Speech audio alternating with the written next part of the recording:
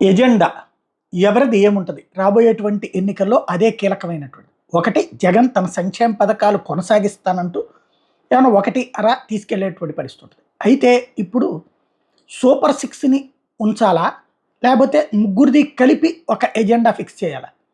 Super six plus ఇది కలిపితే 1,30,000 కోట్లు అవుతుంది. ఉట్టి వీళ్ళది అయితే 87,000 కోట్ల రూపాయలు, 83 నుంచి 87,000 కోట్ల రూపాయలు అవుతుంది. అది కూడా మొన్న 4,000 రూపాయల పెన్షన్తో కలిపి. ఇవి అవి కలిపితే దాదాపు 1,30,000 కోట్లు. ఇది ఎలా ఇవ్వగలుగుతారన్నటువంటి చంద్రబాబు గారు కన్విన్స్ చేయాల్సి ఉంటే అదే కన్విన్స్ పవన్ కళ్యాణ్, అదే కన్విన్స్ పురంధేశ్వరి చేయాలంటే ముందు వీళ్ళ కూర్చుని త్వరగా మేనిఫెస్టో ఫైనల్ చేయాలి.